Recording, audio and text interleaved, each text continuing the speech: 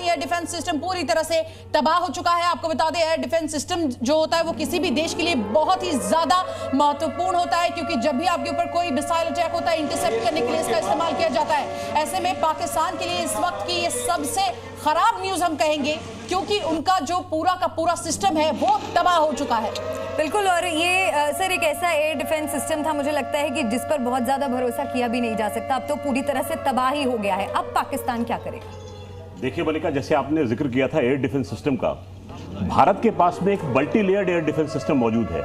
हमारी S-400 है, हमारे पास में आकाश का सिस्टम है, बराक 8 का सिस्टम है, यानी हम 400 किलोमीटर दूर से दुश्मन को भांप सकते हैं और उसको अपनी जद में आने से पहले ही खत्म कर सकते हैं। पाकिस्तान के पास उससे बरखिलाफ चीन द्वारा निर्मित HQ-9 सिस्टम है।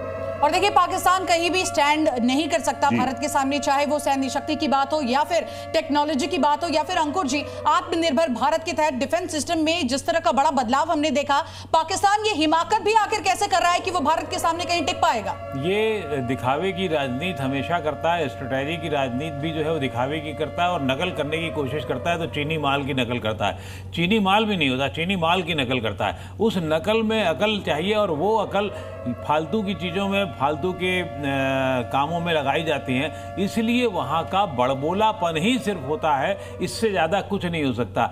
आप सोचिए, जो हमारे मुनीर साहब हैं वो कहाँ क्या कर रहे हैं, भगवान मालिक है उनका, अल्लाह के पास है या क्या नहीं है, भगवान जाने क्या हो रहा है। उसी तरीके से जितने बड़े बड़े आतंकवादियों के नाम लेते हैं, मैं तो उनका नाम भी लेने से हिचकिचाता हूँ। क्यों? क्योंकि उन्होंने जितने कुकर्म करने थे, जो गरीब आदमियों पर जिन्होंने ढाना था अपना आतंक, वो देश में भी। सर नाम ले लीजिए, बस थोड़े दिन ही बचे, क्योंकि भारत उनके नामो निशान को मिटा रहा है। शाम तक ही एक आध नाम आ जाएंगे, ये भी बता दूं मैं आपको।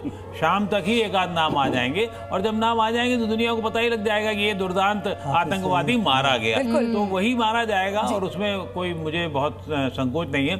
सिर्फ ये है बड़बोलेपन की राजनीति है, और सबसे बड़ी बात सत्ता की भूख।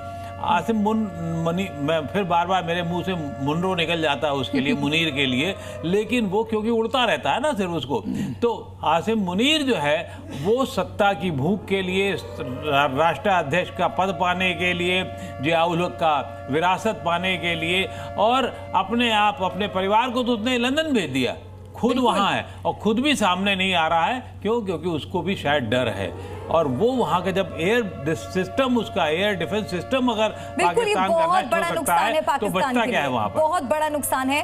और त्रिपाठी सर, मैं आपसे ये समझना चाहूंगी कि जिस तरह से ऑपरेशन सिंदूर को लेकर सरकार ने स्पष्ट कर दिया है कि ये अभी जारी है, जो प्रिसीजन हमने देखा, जो स्ट्रैटेजी हमने देखी, बहुत ही वेल प्लान्ड ये ऑपरेशन है।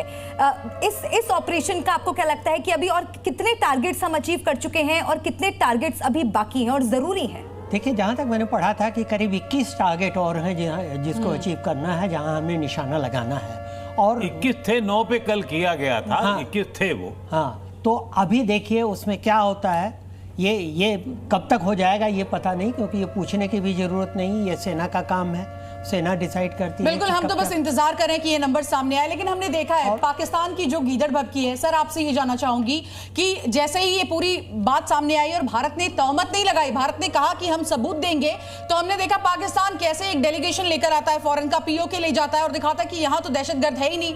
तो भारत फिर कैसे गिन गिन के इन दहशतगर्दों को मार रहा है? देखिए, आप देखिए शिवांगी जी, जैसे आपने सबूत की बात कही, कल आपने नोट किया होगा प्रेस कॉन्फ्रेंस हमारी 2 वीरांगनाओं ने ली थी, और उन्होंने उसी समय फोटोग्राफ दिखा रहे थे बिफोर एंड आफ्टर के। एक फोटो उन्होंने दिखाई थी भावलपुर टेररिस्ट ट्रेनिंग कैंप, जिसका नाम रखा गया था मरकज सुभान अल्लाह, जो एक दुर्दांत आतंकवादी का हेडक्वार्टर हुआ करता था, मात्र 200 किलोमीटर की दूरी पर था हमारे देश से। उसको किस तरीके से खत्म किया गया था स्कैल्प मिसाइल के द्वारा, जहां तक मेरा अनुमान है। तो हमने बराहे रास्त हमने काम किया, काम का अंजाम भी जनता तक या दुनिया तक पहुंचा दिया। पाकिस्तान ले जाता है डिप्लोमैट्स को 15 दिन 20 दिन के बाद में, जब वो एरिया को साफ कर देता है, वहां से शव और उनके चिन्ह जो है वो सारे मिटा देता है, और फिर लाके लोगों को दिखाता है कि देखिए यहाँ भारत ने इस बार सबूत मांगने वालों की जो फौज थी उनको कहीं ना कहीं बहुत बड़ा यहाँ पर दंड दिया है।